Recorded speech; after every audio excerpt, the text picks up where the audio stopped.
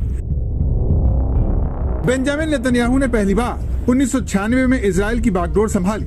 ये वो दौर था जब इजराइल हमास के फिदायीन हमलों से रोज दहलता था। माना जाता है कि हमास की इन्हीं कार्रवाइयों ने बेंजामिन नेतन्याहू को इजराइल के कट्टरपंथियों का सर्वमान्य नेता बना दिया।